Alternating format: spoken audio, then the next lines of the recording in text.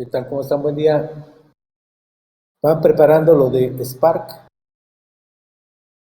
Empezamos en 3 minutos, por favor.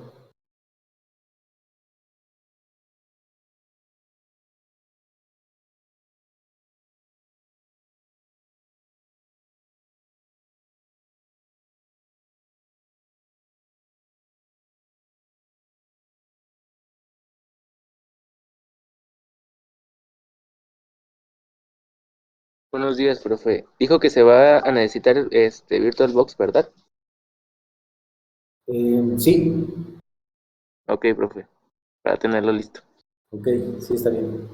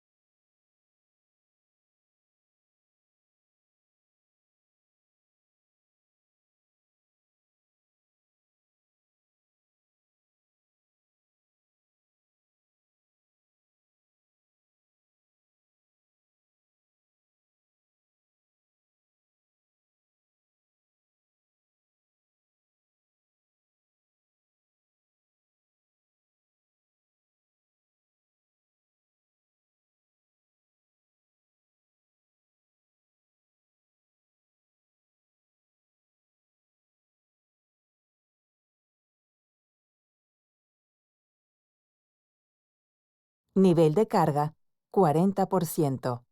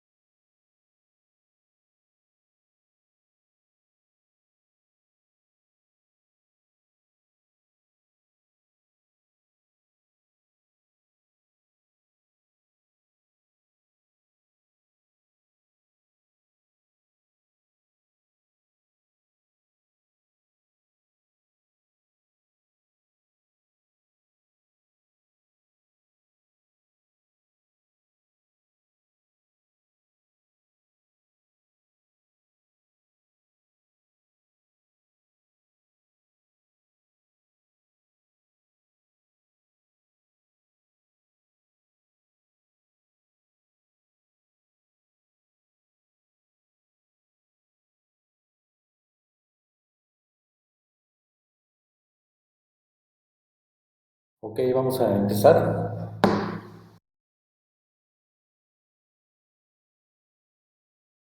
Voy a compartir mi pantalla.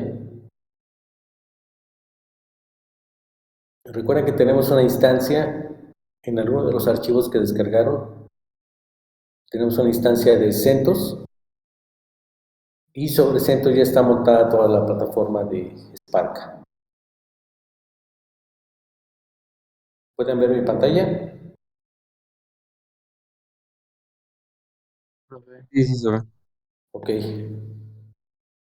Entonces, hay varios manejadores de virtualización.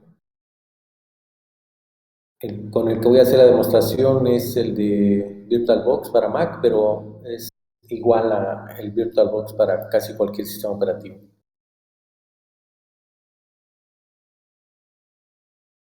Voy a hacer un poco, bueno, creo que no vale que lo vea más grande. Lo que hay que crear es un elemento nuevo en esta opción. No sé si todos tengan la misma interfaz o interfaces parecidas.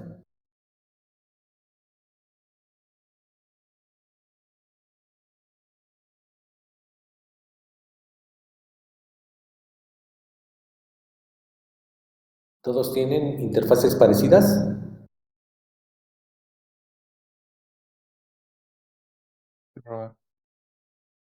Enrique. Sí, profe. Ok, gracias. Entonces le vamos a dar aquí en la opción de nuevo. Ahí vamos a ponerle el nombre con el que vamos a identificar a esa virtualización. Le voy a poner Spark Training, Jupyter BDD. Por omisión les va a dar un folder. En ese folder es donde va a estar montando sobre todo los estados de las máquinas cuando ustedes salven un estado y cierren la instancia. Luego aquí en el tipo vamos a ponerle que es Linux. En Cerraca, sí, cuando saques el carro le abres, ¿no? Está. En el cuarto. Ah, aquí está.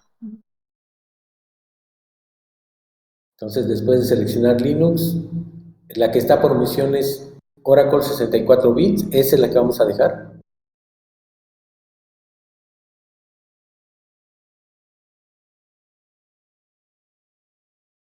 Y después está cuánta memoria van a otorgar para el manejo de la virtualización. Y aquí más o menos lo recomendable es poner algo así como el 25% de la memoria total que tengan. O sea, entre el 20 y el 25. Si tienen 8, pues 2, habría que ponerle 2. Si tienen 16, pueden ponerle 3 o 4. Si tienen 4, se puede dejar así en un, como aparece por mención, en 24 megabytes.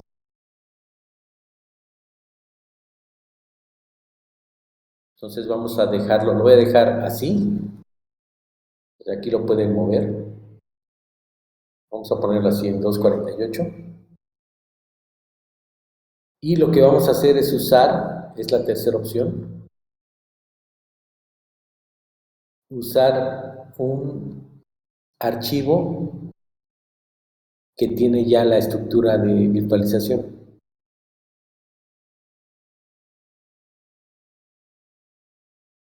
Entonces, en este caso, en esta opción, van a, primeramente, si ya tienen algo, o sea, ya hicieron alguna virtualización, seguramente les va a aparecer ahí. ¿Sí? Entonces, en este caso, hay que agregarla. Le voy a dar agregar un disk image. y vamos a buscar la que descargaron y posteriormente descomprimieron. Entonces yo la voy a buscar aquí, en Cloudera, Spark Training, y luego en esta de VMware, aquí está, CentOS. Entonces esta es la que voy a agregar.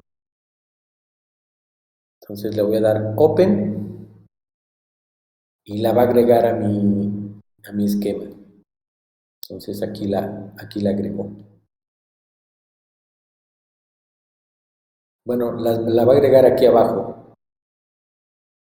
Ya no lo hice porque ya lo hice y casi no tengo espacio, entonces se va a crashear la computadora. Lo agregarían aquí abajo. O sea, este que está iluminado debería de aparecer aquí, como que todavía no está asignada a ninguna virtualización. Entonces, ya que está aquí abajo, la van a seleccionar y le van a dar Choose aquí.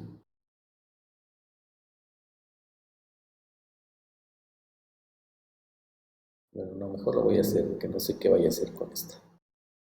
Voy a agregar cursos, BDD, Cloudera.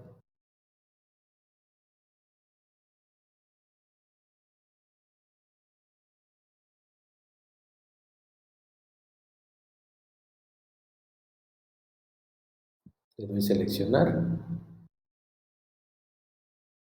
Y ya que tengo todo esto definido, debería de activarse la opción de crear, esta de Create.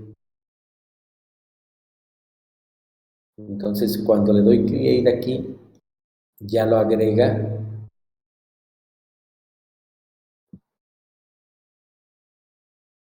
como un elemento. O sea, me va a poner el nombre de la virtualización, que fue Spark Training Upita BDD. Me va a decir que está detenida. Entonces, lo único que tengo que hacer es arrancarla. La voy a arrancar. Sí, la selecciono, o sea, puedo seleccionar cualesquiera de las que tenga y la levanto. ¿Qué opciones tengo aquí en levantar? Pues tengo Normal Start, esta de Headless Start. ¿Alguien ha utilizado estas versiones para Linux? ¿Un Headless?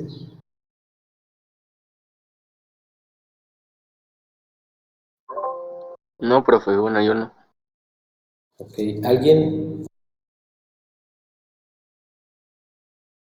Generalmente cuando instalamos servidores que van a ser administrados remotamente, generalmente esos servidores no tienen una pantalla, porque nos conectamos remotamente y hacemos toda la administración remota. Entonces, cuando ese es el caso, lo mejor es instalar una versión headless. ¿Sí? Eso quiere decir que no va a instalar elementos que tengan que ver con tarjetas gráficas, ni control de monitor, ni nada de ese estilo. Todo va a ser administrado remotamente. Y obviamente la instalación es más óptima. En este caso va a ser un normal start. Lo seleccionamos. Y eso va a levantar ya la instancia.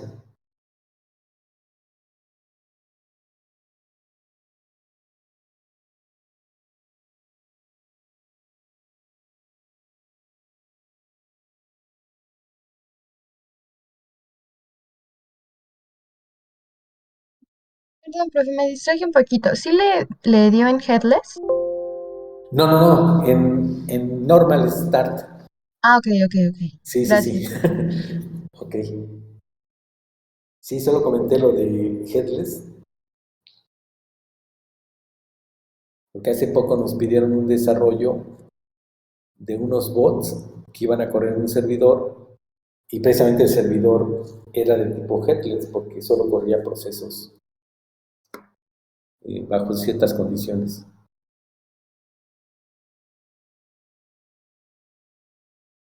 ¿Sí? Entonces, lo que deberían de ver es algo así. Y aquí les dice algo sobre la captura del apuntador y del teclado.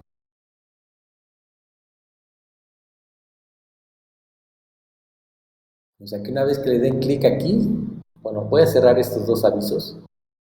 Este me dice que el Auto Capture para el teclado está activado y bueno, que hay algunos problemas con el mouse, pero eso no afecta en nada. ¿Sí? ¿Qué más?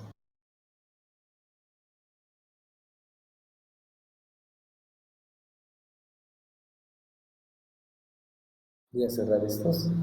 Y esto es lo que vería yo. Y se dan cuenta, pues es una vista de un Linux CentOS. Si no había trabajado con CentOS, esta es la vista de CentOS, que es muy parecida a todas las distribuciones.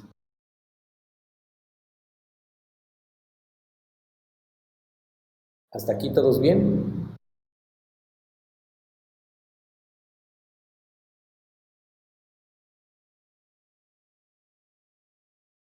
Sí, Ok. profe. Algo importante es que si yo le doy clic en esta región, no sé si vean mi apuntador del mouse, pero voy a darle clic dentro de la región de la máquina virtual,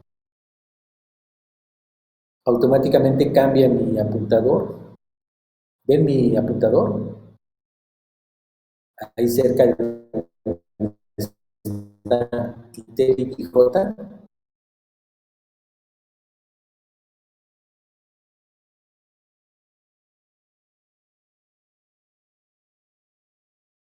Pues creo que se me entrecortó un poco, o bueno, al menos a mí, no sé si lo puedo repetir. Lo que acabo de comentar. Sí, por favor. Ok. Fíjense, cuando nosotros trabajamos con estas virtualizaciones, de manera automática la virtualización, o sea, la pantalla del esquema virtual, captura el teclado y captura el mouse. Por ejemplo, yo ahorita puedo moverme cuando estoy fuera de la pantalla. Pero una vez que estoy dentro de la pantalla, si yo le doy clic, el mouse es atrapado por el espacio, o sea, ya el apuntador del mouse ya no lo puedo sacar de esa ventana. No sé si logran ver que ahorita estoy moviéndome por el trash, por IntelliJ, por terminal. Si ven cómo cambia por Gedit, Profe, sí podría ser la pantalla del VirtualBox más grande, es que se ve muy poco. a ver, déjenme.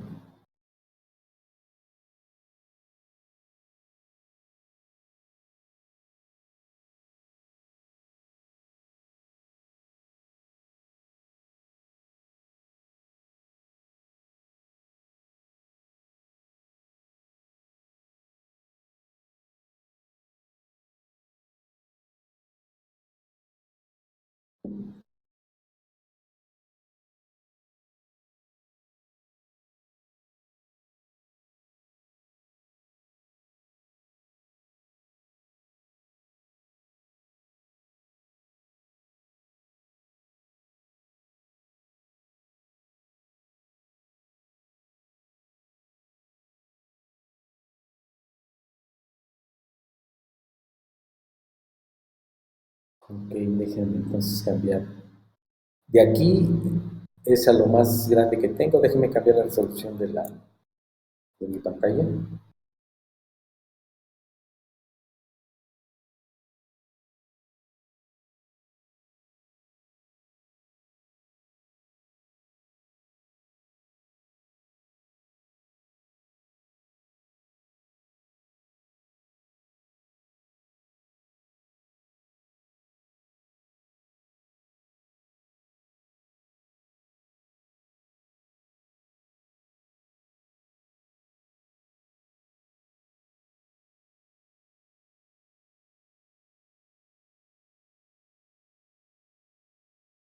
Así se ve mejor.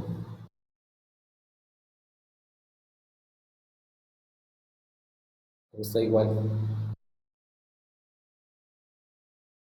Yo lo veo bien, profe.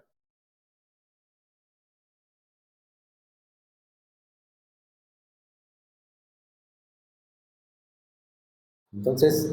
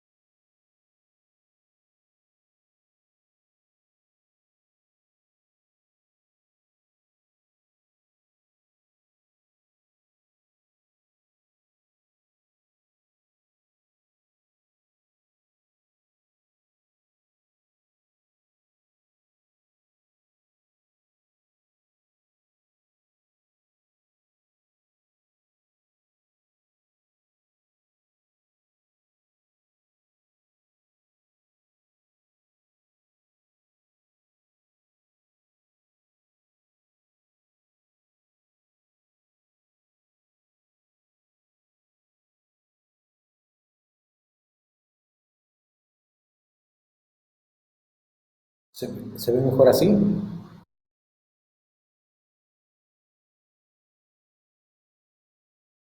Sí, prof, sí, bueno, yo se lo veo.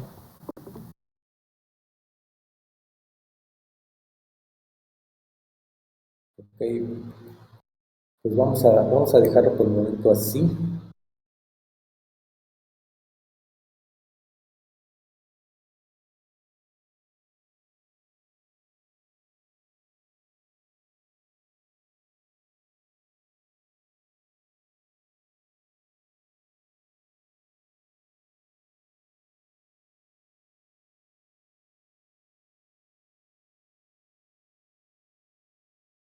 Déjenme cerrar algunas cosas.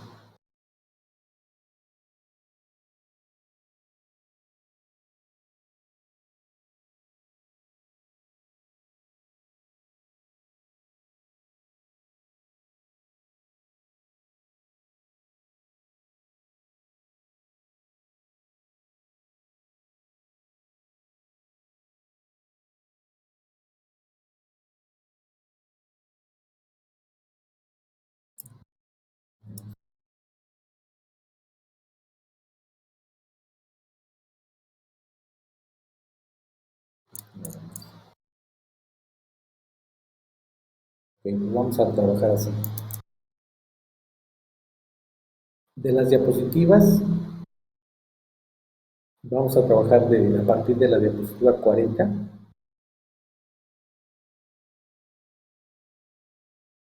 Todos tienen esta de Developer Training.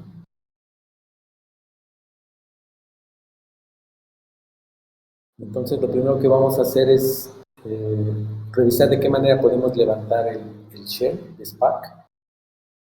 ¿Se acuerdan para cuántos ambientes de programación se puede levantar el shell de Spark?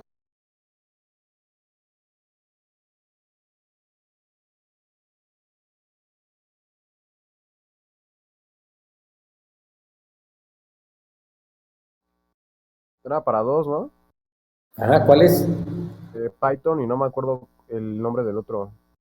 ¿Alguien se acuerda del otro nombre? ¿Scala? Scala. ¿Se acuerdan de aquel lenguaje muy parecido a Scala?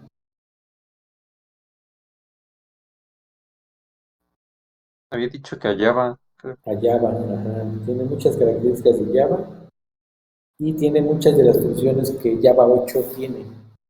Entre ellas, estas funciones lambda que realmente se pueden poner donde sea.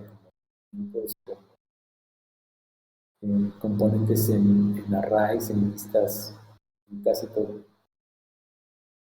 Entonces, lo primero es, vamos a ver de qué manera puedo iniciar el Spark, tanto para el Python como para Scala. Entonces, para eso, vamos a abrir Dos terminales. Aquí están.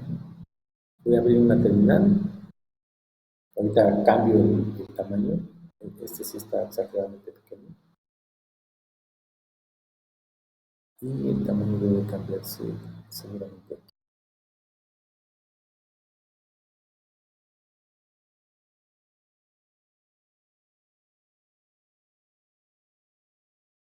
Entonces no está aquí.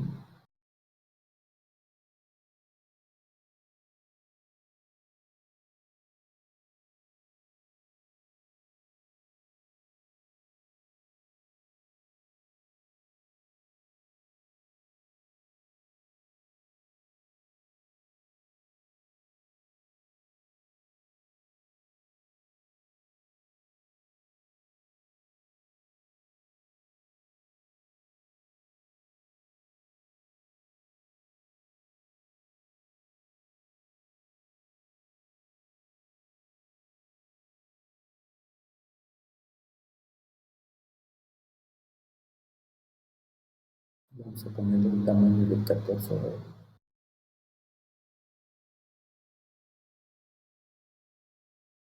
Voy a poner 16.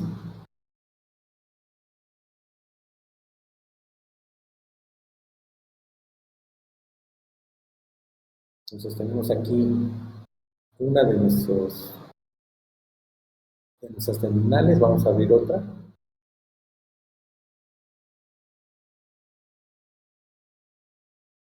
Y voy a hacer exactamente lo mismo. Solo voy a mover esta.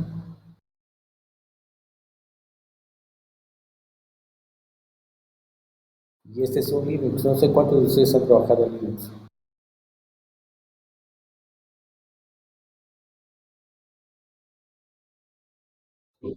Yo un poquito, pero Ok. Entonces, Linux, principales comandos en Linux. Para listar un directorio, ¿cuál es? ¿ls? ls.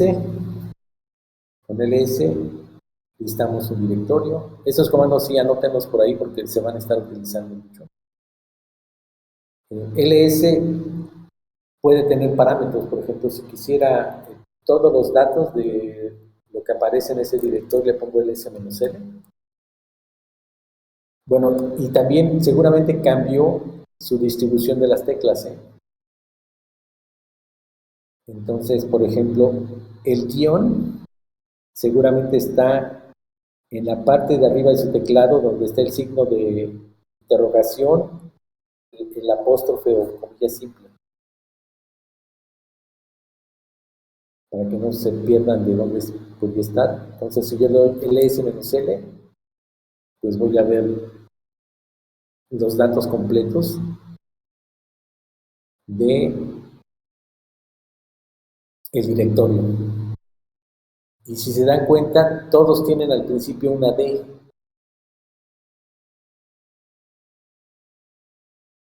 Esta D que voy a remarcar, todos la tienen. Y eso indica que son directorios, todos esos son directorios. Si no tuvieran la D, entonces serían archivos. ¿Sí? Ok, otro comando importante es saber dónde nos encontramos en la estructura de directorios. Entonces, para eso le doy un pwd. Entonces, con eso me dice que estoy en Home Training. Ese es donde estoy actualmente. Entonces, si ya sé qué directorios hay y dónde estoy, puedo moverme entre los directorios. Por ejemplo, si quisiera retroceder un directorio, le doy cd espacio, punto, punto. Entonces, con eso regreso un directorio. Entonces, si ahora le doy pwd, ya estoy en home.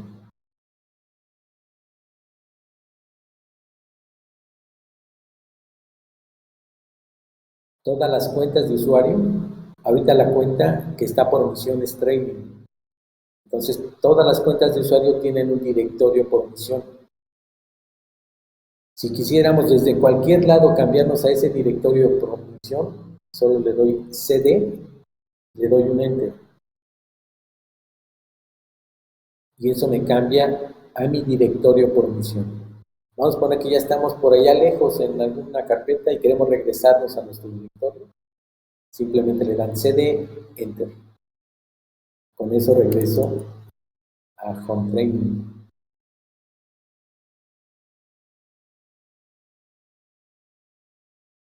Si yo quisiera crear una carpeta, entonces la creo con mkdir. Por ejemplo, mkdir personal. Esa es mi carpeta personal.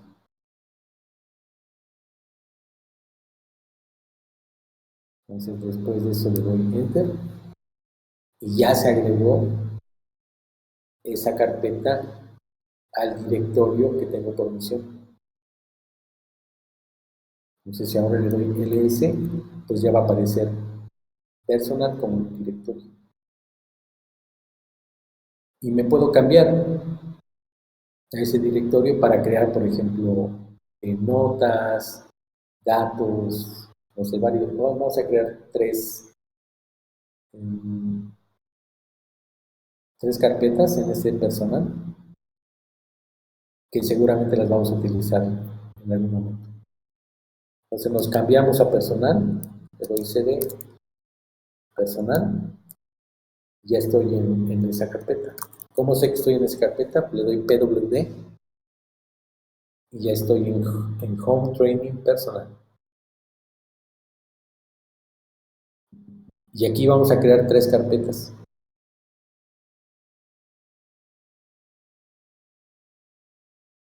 Y entonces, mkdir, le voy a poner notas, le voy a crear otra de data y voy a crear otra de scripts.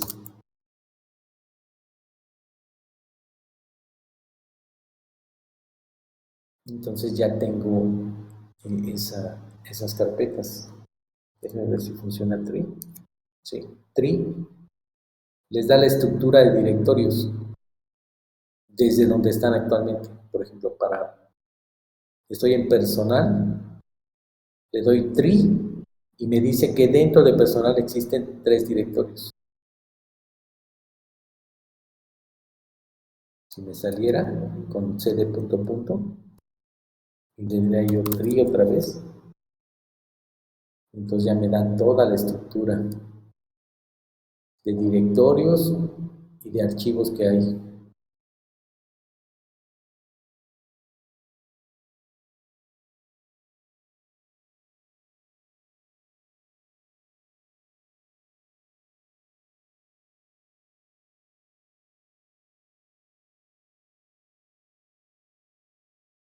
¿Sí está claro?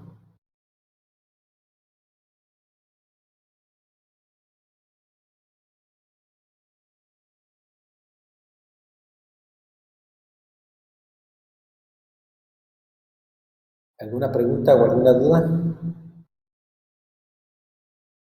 Levántalo, profe. Ok. Bueno, entonces, si yo quisiera ejecutar un comando directamente, lo escribo como si estuviera yo en S2.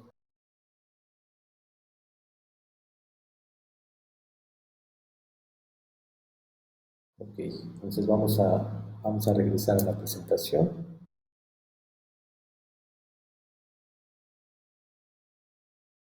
Bueno, ya platicamos lo que es Apache Spark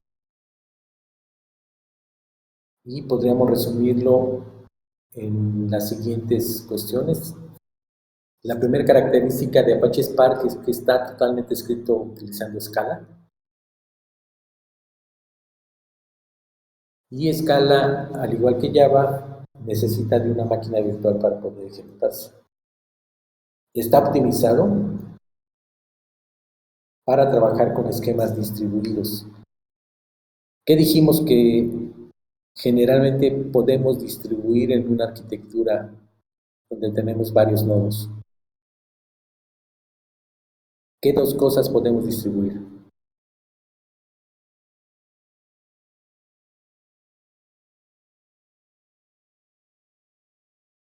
Dijo que los datos y el procesamiento, ¿no? Ajá, precisamente. En cualquier esquema donde tengamos más de un nodo, hay dos elementos que podemos distribuir: los datos y el procesamiento o los códigos. Una de las premisas de escala es tratar de que los códigos estén ubicados donde están los datos que van a procesarlos. Y comentamos que había una cuestión de redundancia que aumentaba la disponibilidad de datos y de procesos o funciones dentro de Spark.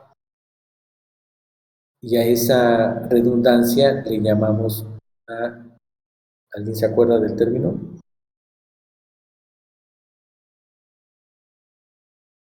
Que hasta dijimos que había una película, bueno, no han visto la película, pero dije el nombre de la película. ¿Era algo de copias, algo así? Ajá, las copias o réplicas. Ah, réplicas, sí. Entonces, lo que hace internamente Spark es toda la información con la cual se está trabajando, la fragmenta. ¿Qué se entiende por el concepto de fragmentar?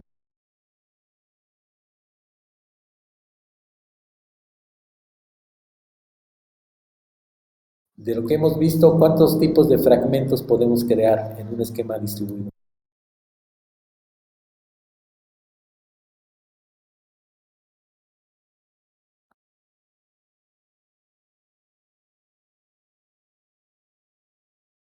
¿Alguien se acuerda?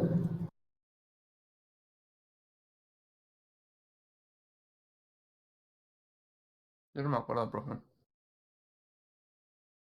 ¿Cuántos tipos de fragmentos? ¿Perdón? Sí, no, que tampoco lo recuerdo. Era lo ¿Alguien? de vertical, horizontal o mixta, ¿no? Ajá, tenemos fragmentos verticales, horizontales o mixtos. ¿Y cuál es el tamaño de un fragmento con respecto a la tabla original? ¿Los fragmentos son menores o van a ser mayores que la tabla original?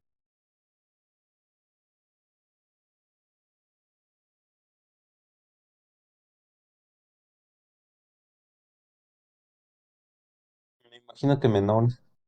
Sí, todos menores.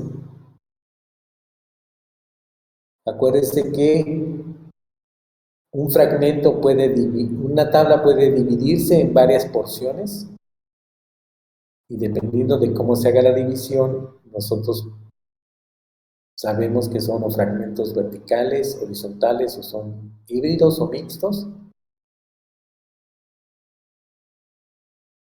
Y en este caso, cada uno de esos fragmentos, en el caso de Spark, cada uno de esos fragmentos se replica. ¿Alguien se acuerda la proporción en la que se replican los fragmentos? Hablamos de un porcentaje.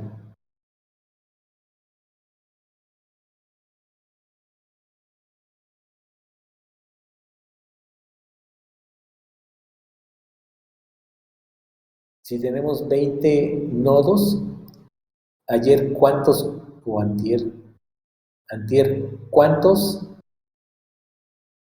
fragmentos se supone que debería de haber replicados para aumentar el grado de disponibilidad?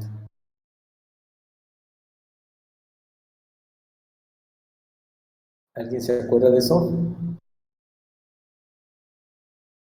¿O quieren que empecemos a hacer exámenes cada semana?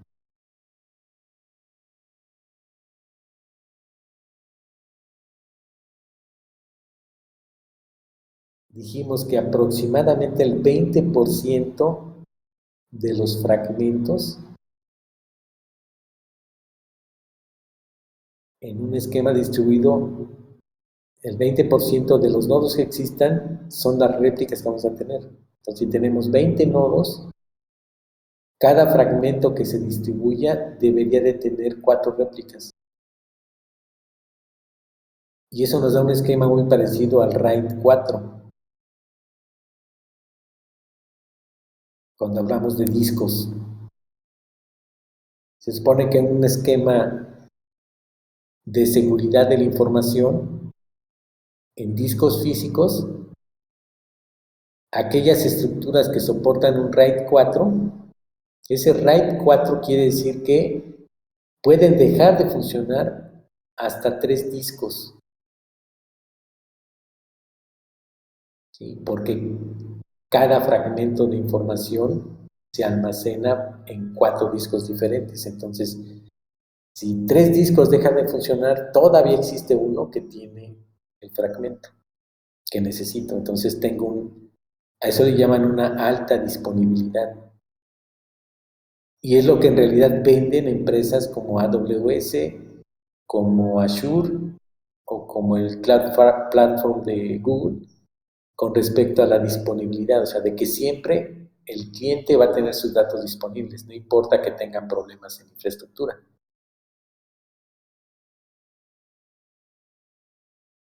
Sí, eso es muy importante.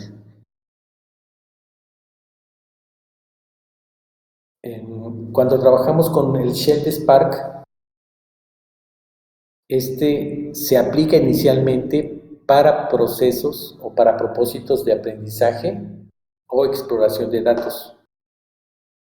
Y ya vimos que hay 2 versiones, una que corre en Python y otra que corre nativamente en Scala, porque en general Spark fue desarrollado en Scala. ¿Cuáles son las aplicaciones? Pues ya vimos que está orientado totalmente a grandes cantidades de información, por eso la utilización en Big Data. Y aparte de Python y Scala, hay un conector en Java que nos permite conectarnos a los repositorios de Spark. O sea, cualquier versión de Java arriba de 8 nos permite hacer la conectividad con estos repositorios de información. Pero de manera nativa solo vamos a tener o Python o Scala.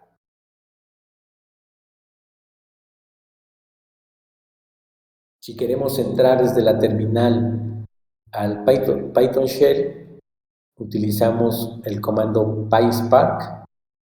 Quisiéramos entrar a Spark Shell, pero al de Scala entramos con Spark Shell. Entonces, en ambos casos les va a decir que están usando Python con tal versión o que están utilizando Scala con tal versión. ¿Sí? Y como es derivado de Java, utiliza la máquina virtual de Java. En este caso, bueno, veríamos cuál es la versión de Java que está utilizando como máquina virtual. Entonces vamos a levantar en una terminal PySpark y en otra terminal Spark Shell.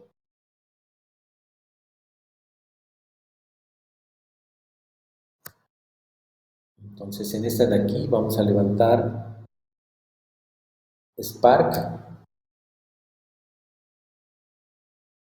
Shell.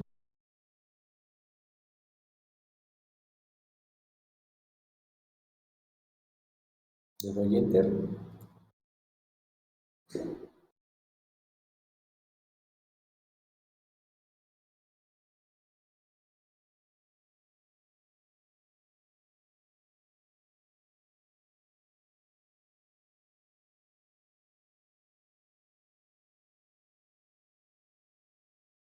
Y este levanta todos los servicios que me permiten trabajar con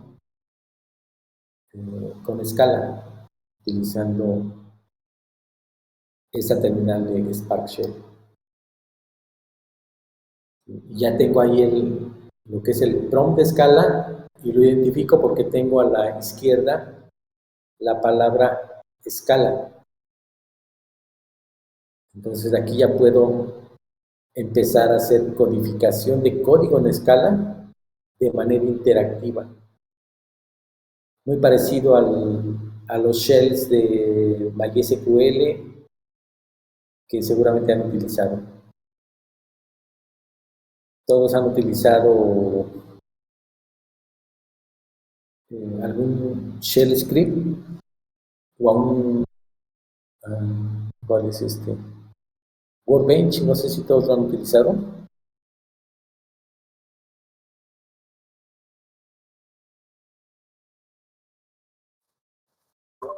Sí, profe. Ok, gracias. Entonces en Workbench ustedes tienen un editor de comandos SQL y una vez que tienen el comando, tienen la opción de ejecutar el comando. Entonces se dice que es un modo interactivo. Es lo mismo aquí. Ya entramos a un modo interactivo y puede empezar a teclear comandos de escala. Entonces ahora vamos a ejecutar aquí en esta terminal la terminal para Python. Entonces le doy Enter y esto levanta la versión interactiva de Spark utilizando Python. ¿Sí? Y nuevamente lo que aparece a la izquierda de los dos puntos es el prompt de este shell. El elemento más importante dentro de ambos shells es algo que se conoce como el Spark Context. Y a partir del Spark Context nosotros podemos acceder a toda la arquitectura de administración de datos que tiene Spark.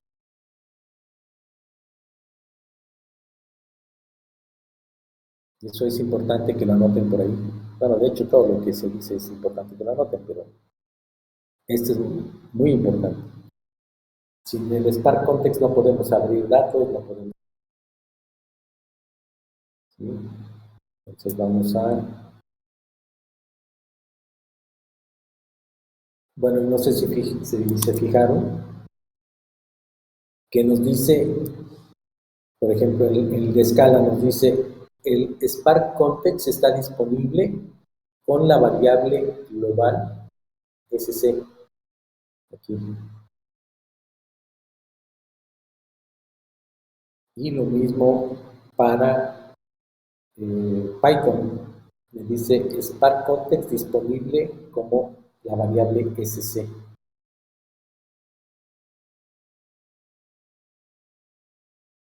Entonces, si yo quisiera saber, por ejemplo, cómo se llama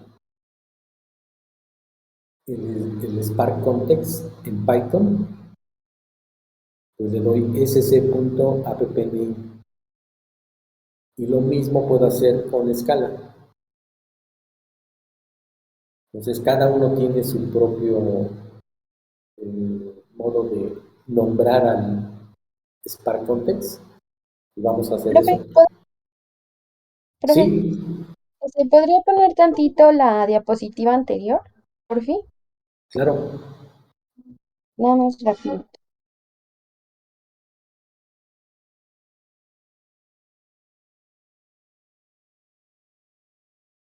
Listo, gracias. Sí, de nada. Entonces tenemos esto. Entonces vamos a preguntar por el app name del Spark Context. Aquí en la pantalla. Entonces simplemente poniendo sc app name.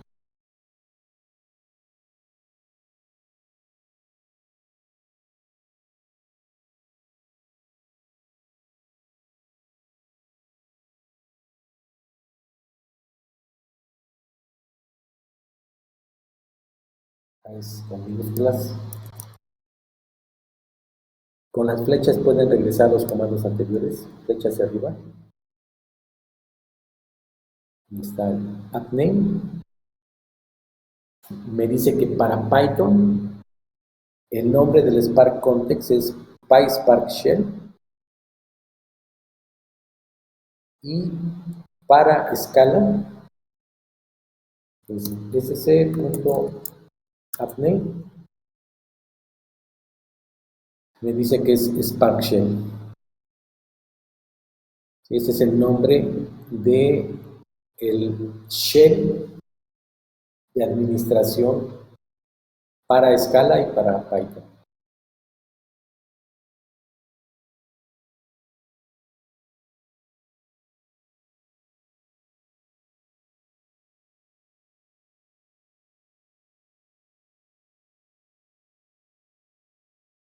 Ayer comentamos que todo el manejo de información se hace utilizando estos RDDs, Resilient Distributed Datasets. Acuérdense que el concepto de dataset es un concepto genérico que abarca cualquier repositorio de información, que puede ser una base de datos relacional, un objeto relacional, una NoSQL, un archivo de texto plano para CSVs, JSON, XML, lo que quieran.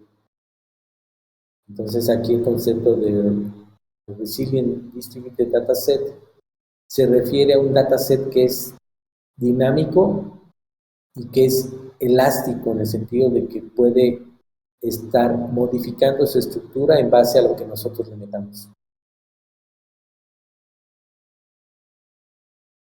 Cualquier operación que hagamos puede generar un RDD intermedio. ¿Se acuerdan todas las operaciones dentro de Spark dónde se llevan a cabo y hasta qué momento ya se hacen o llevan un resultado en un archivo, en una vista o en un dataset alterno? ¿Dónde dijimos que se llevaba a cabo todo el manejo de la información? Que de hecho lo comparamos con los commits y los comparamos con las transacciones de base de datos relacionales.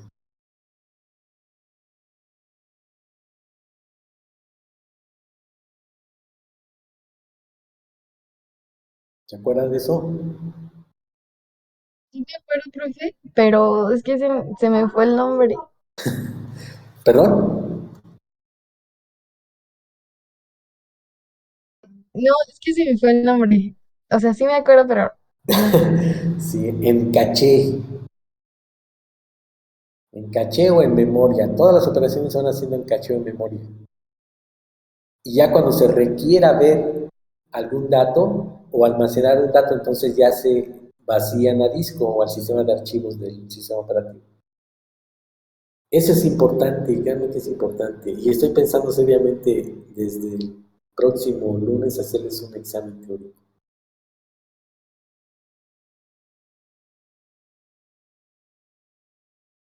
Sí. Principales características de los RDDs. Este de resilient quiere decir que se pueden recrear. Si la información es perdida en algún nodo, puede ser recreada. ¿Por qué se puede recrear o regenerar?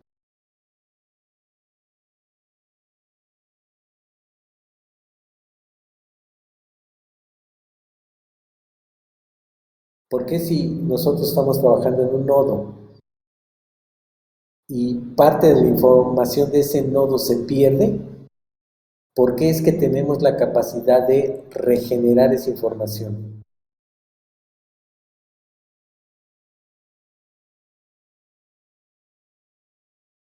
Lo de la memoria, ¿no? Porque lo que menciona del buffer se queda como...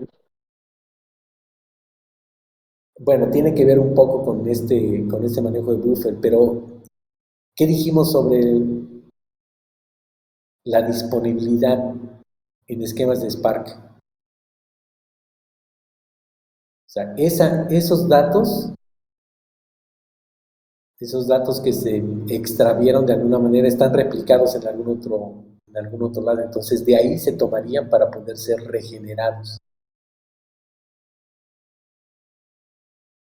Si nosotros tenemos operaciones que están siendo realizadas en memoria y cuando ya queremos ejecutarlas nos damos cuenta de que uno de los RDDs ya no está disponible porque se cayó el nodo donde estaba, lo que hace Spark es buscar dónde está una copia de esa parte de la información.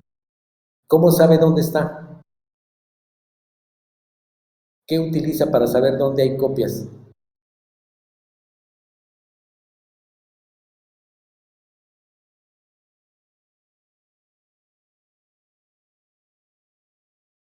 En esquemas de distribución, tanto de funciones como de datos, ¿en qué nos apoyamos para saber dónde están disponibles copias de la información o copias de funciones?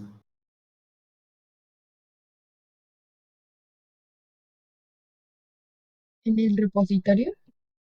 En el repositorio. En este repositorio que le llamamos diccionario de distribución, ahí está todo y es lo mismo que tiene, si recuerdan, es lo mismo que tiene Spark. Tiene un gestor de la distribución. Si en un proceso ciertos datos ya no son asequibles desde un nodo, entonces lo que hace este gestor de la distribución es buscar qué otro nodo tiene esa información. Y una vez que sabe dónde está, simplemente la jala y la incluye en el proceso que ya fue estructurado de alguna manera en Spark. Sí, bueno, la parte de distribuido, porque están distribuidos a través de un clúster, y dataset, pues porque tienen información. ¿De qué tipo? De N tipos. Vamos a revisar logs, vamos a revisar CSVs y algunos otros datasets genéricos.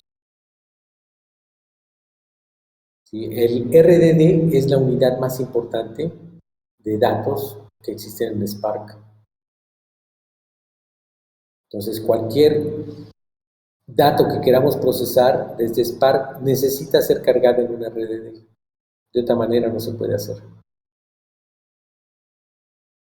Y por lo tanto, la mayoría de las operaciones que tenemos en Spark trabajan con RDDs. O básicamente, o pueden generar otro RDD o generar un valor.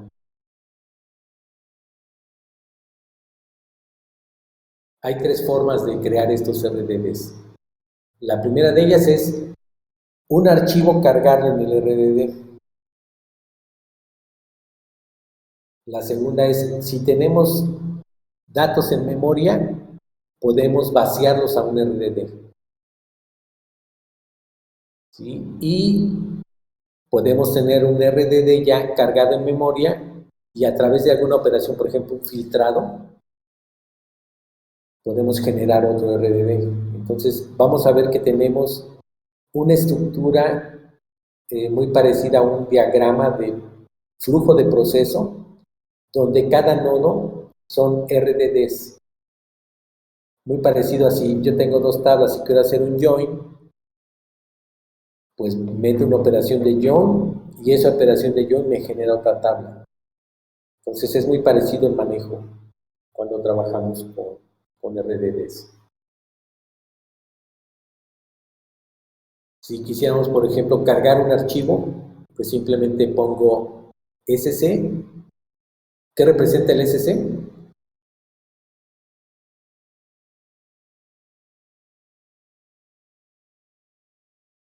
La variable SC que representa en Spark.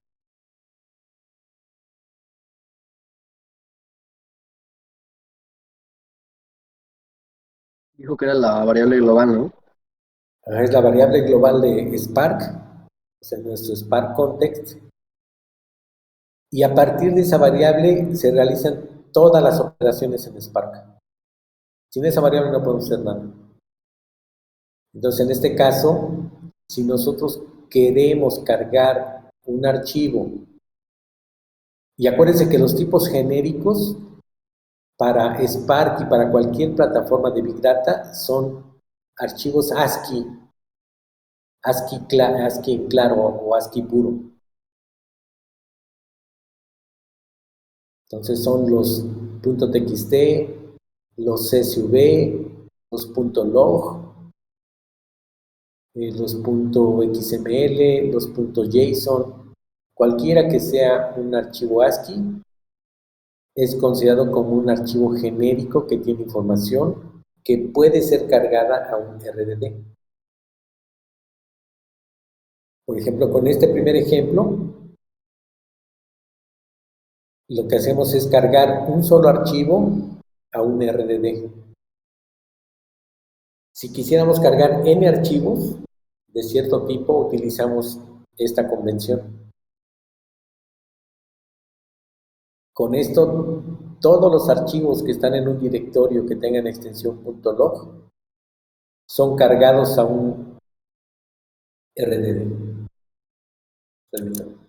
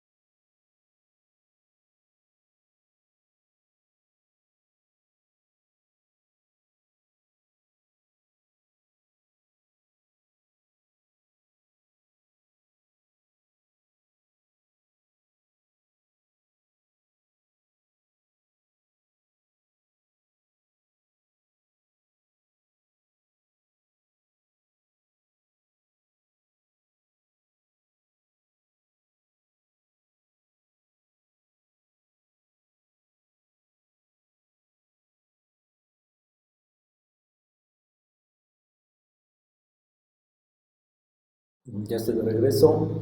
Y la tercera opción, nosotros podemos dar una lista de los archivos que queremos asignar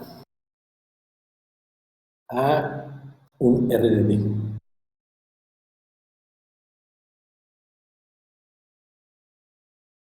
Y una nota importante aquí es que cada línea en el archivo representa un registro en el RDD.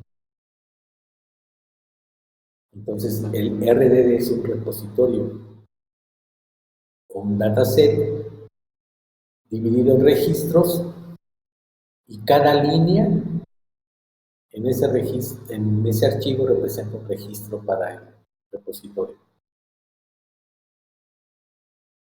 Todos los archivos deben ser referenciados de manera absoluta. Y por ejemplo, nosotros estamos en Home Training, myfile.txt, debe ser un archivo que está en nuestro directorio raíz.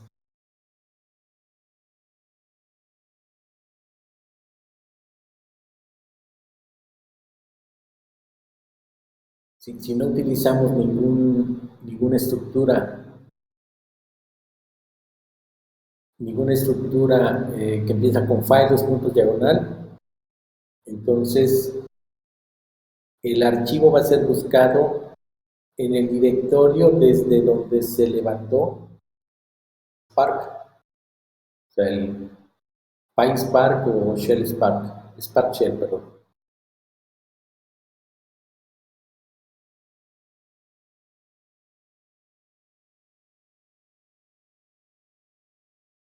¿Sí? Por ejemplo,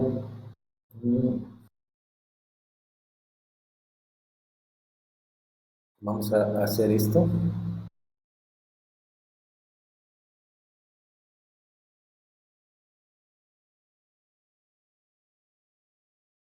Vamos a buscar dónde está este ejemplo.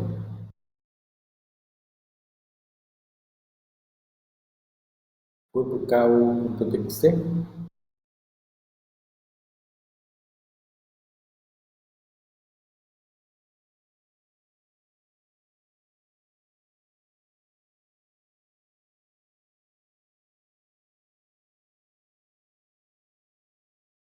Entonces puedo buscarlo aquí.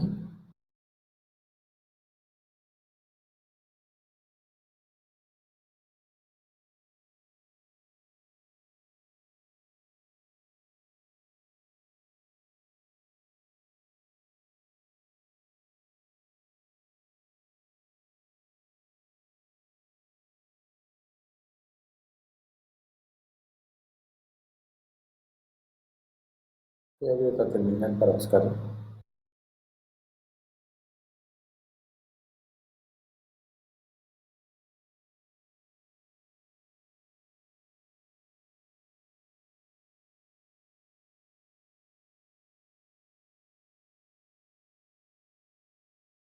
Cuando están en Linux, pueden solo teclear la primera parte de un archivo, del nombre de un archivo y darle tabulador y con eso les llena lo que falta del nombre. Con eso estamos buscando un archivo que se llama Purple Cow.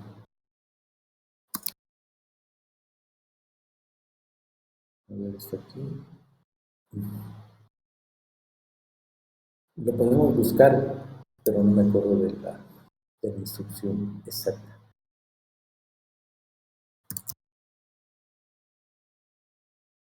Dice data. Aquí está. Está en data.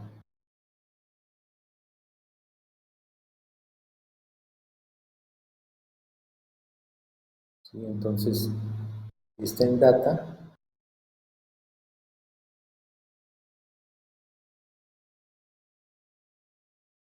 Si está en data.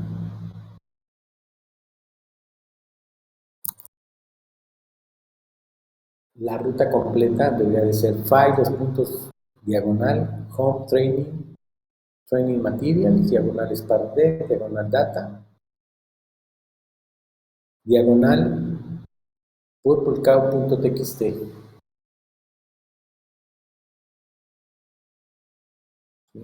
Y esta anotación que está en este texto, ahorita pongo la ruta completa, esta anotación es de Python, esta declaración de variables sin nada adelante, es de Python. Entonces vamos a regresar aquí a este es el shell de Spark y este es el de Python.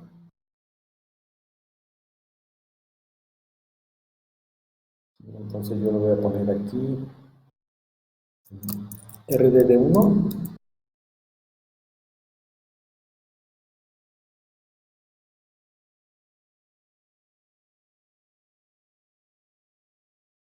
y debe ser sc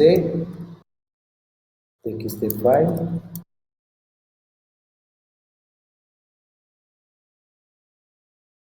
y luego aquí el nombre. Ya dijimos que es file, dos puntos, diagonal.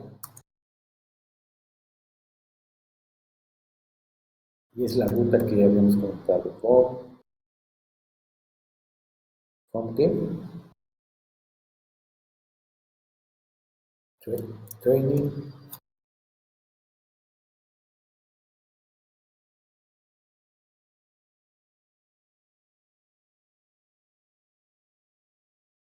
Training materials.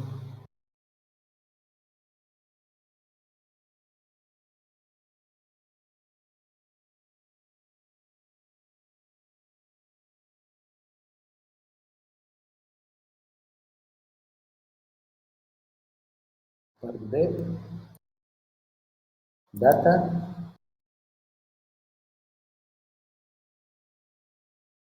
y protocol.txt. Esa es la estructura completa. Estoy asignando un RDD1 la lectura de un archivo de texto utilizando el contexto de Spark y estoy dando la ruta completa de file, home training, materials, Spark dev. Pero es training materials con guión bajo. Training, guión bajo, materials, guión bajo, Spark dev, diagonal data, y luego publicado txt. Mira, SparkDev tiene guión, profe. Bueno, ¿Perdón? digo que era guión bajo, ¿no? En SparkDev, es de Materials. No. En training, guión bajo materials, porque yo he puesto diagonal. Ok. A ver, chequen si sus carpetas son iguales. En este caso, estamos. eh, voy a cambiarle aquí. CD data y PWD. Entonces, bueno, también lo pueden copiar si quieren. Ya que están aquí, simplemente es copiar esto. Y ya lo pueden pegar aquí. Entonces, find los puntos, diagonal, toda esa ruta home, training, guión bajo, materials, guión bajo, sparkdev, diagonal data, diagonal, y ya el archivo, .txt.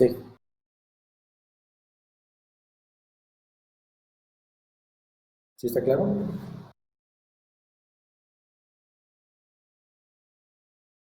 Si doy enter,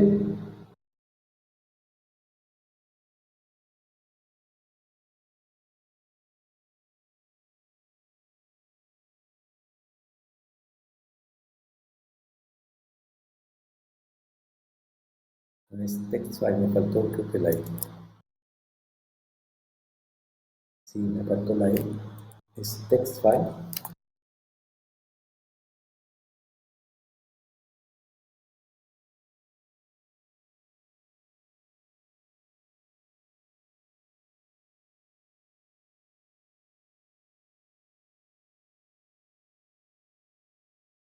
Damos enter. Y eso crea en memoria RDD1. ¿Sí? Y hasta que yo lo ocupo, por ejemplo, con esta función, la de count, este es el archivo. ¿Cuántos registros tiene el archivo?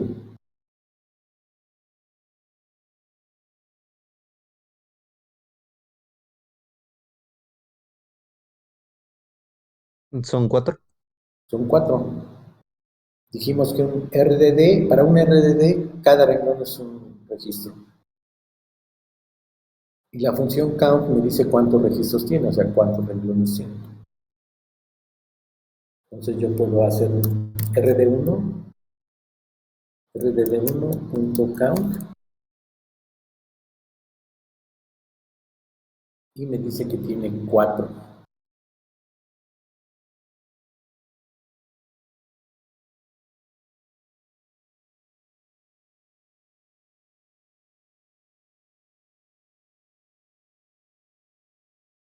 ¿Hasta aquí todo bien?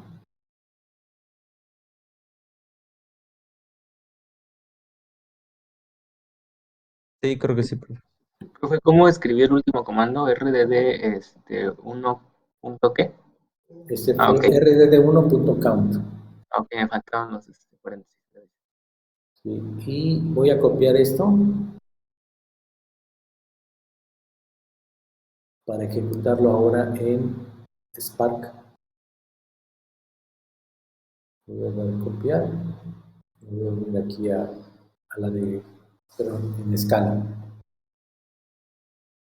Entonces en escala yo le voy a poner val, que es una variable, y le voy a poner aquí paste.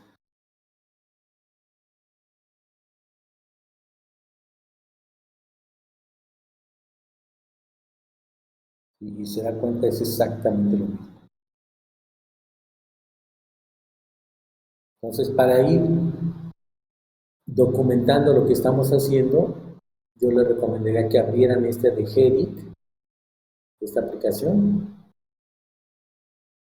y aquí fueran pegando las instrucciones que hemos estado haciendo. Y, por ejemplo, esta es para Python.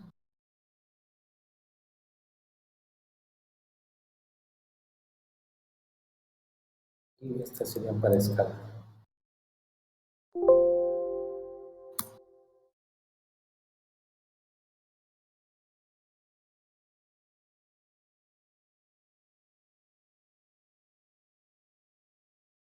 Y en Python después hicimos aquí el rdb1.count. Y debe ser algo muy similar aquí, en escala. Entonces le doy primero esta. Ya creo el mapeo. Y después le doy lo mismo que le di en el otro count.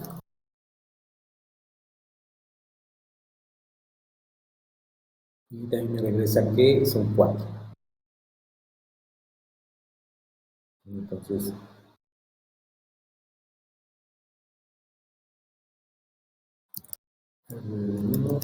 count. Una vez lo voy a salvar para que...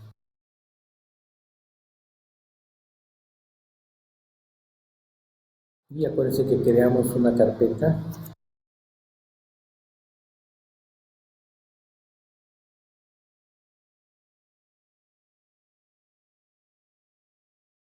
Creamos una carpeta que era el home training personal.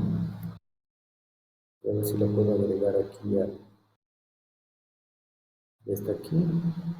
Y en notas, donde está. Y voy a poner aquí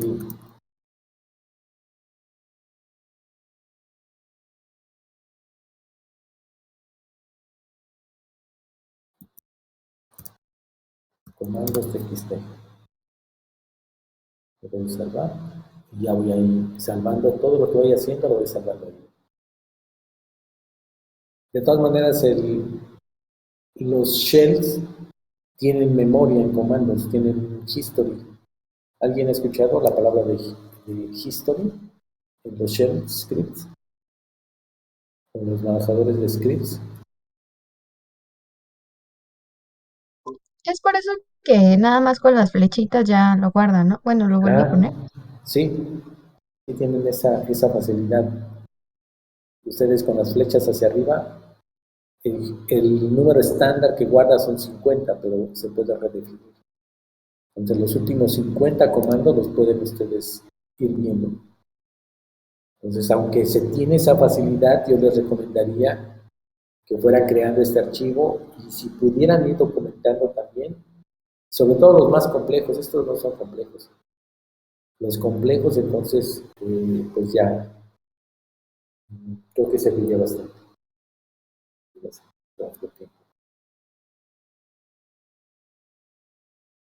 Dijimos que cuando trabajamos con RDDs hay básicamente dos operaciones, aquellas que regresan un valor o aquellas que generan un nuevo RDD. Los que regresan un valor son acciones, así se denominan acciones, y los que generan nuevos RDDs se denominan transformaciones, que generalmente pueden ser mapeos o filtros. Por ejemplo, el count, ¿qué sería? ¿Una acción o una transformación? Sería acción, ¿no? Sería una acción, precisamente. Sí, por ejemplo, están estas acciones. La primera de ellas, count, nos regresa el número de elementos. Take nos regresa un arreglo de los primeros n elementos del RDD. Por ejemplo, prueben el take 2.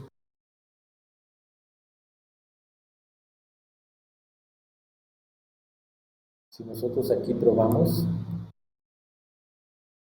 estamos aquí, vamos a probar del RDD1, take 2. O sea, con eso voy a decirle que me regrese un arreglo con las dos primeros registros del RDD. Entonces, este es el primer elemento y este es el segundo elemento. Si quisiera los primeros 3, le pongo esto. Si quisiera recuperar todos, entonces en lugar de un take, le pongo un collect.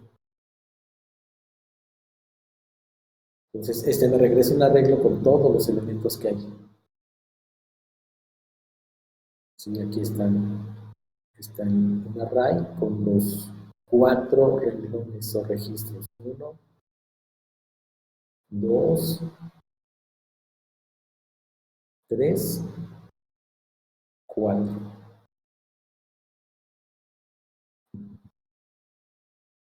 ¿Sí? Y lo mismo puedo hacer aquí.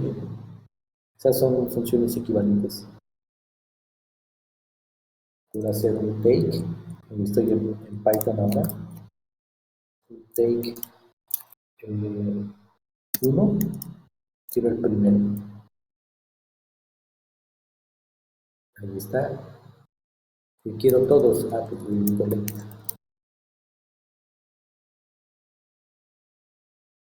Y aquí está el arreglo con esos 4.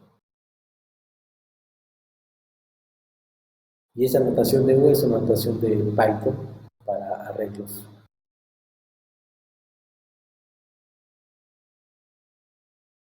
¿Dudas o preguntas hasta aquí? Profe, ese de los comandos nos lo puede compartir. Claro, está, de todas maneras está en su PDF.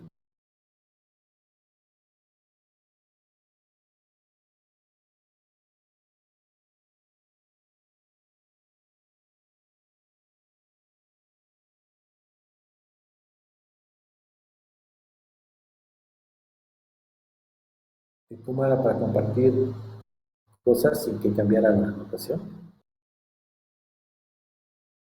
Eran 3 comillas, ajá, de esas.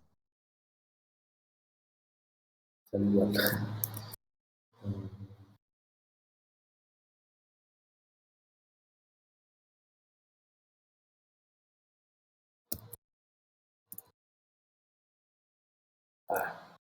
También.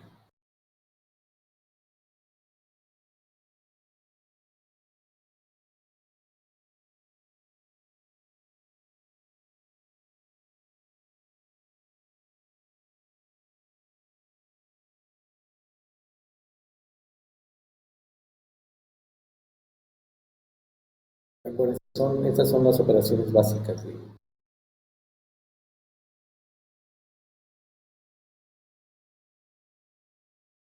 para esas estructuras. No sé si tengan alguna pregunta o alguna duda.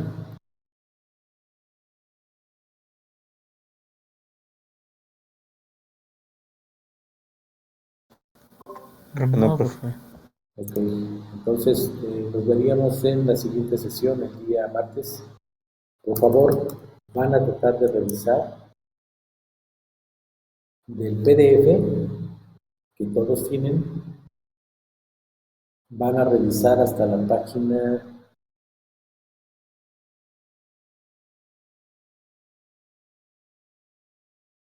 hasta la 60.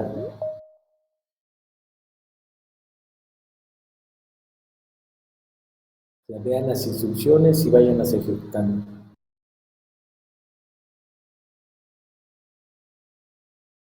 Y es de la 50 a la 60.